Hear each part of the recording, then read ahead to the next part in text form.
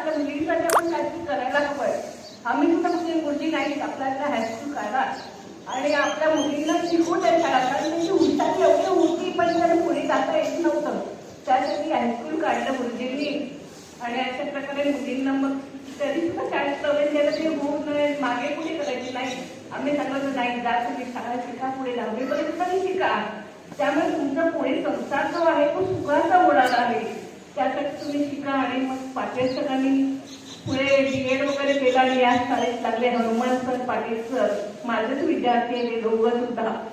आणि ते शाळेत लागल्यानंतर पाटील सरांनी खूप मनावर घेतलं की नाही, आपली शाळा पुढे मुलं, आपल्या शाळेची मुलं पुढे गेली पाहिजे, त्यांनी काहीतरी करून दाखवलं पाहिजे. यासाठी त्यांनी खूप प्रयत्न केलेले आहेत. आणि संतोष सर असं काही करतील, असं काय होईल हे माझ्या मनात देखील नव्हतं आणि कोणाच्याच मनात देखील नव्हतं. हे त्यांनी का केलं, का त्यांनी बेटा त्यांची कोणाला सांगितली नाही आणि का म्हटलं मला आजपर्यंत कळलेलं नाहीये.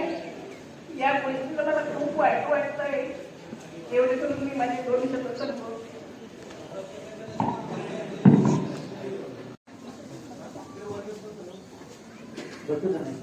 शाळेतल्या आपल्या विद्यार्थ्यांनी थांबा जरा खुर्च्यांवर बसून घ्या तुम्ही.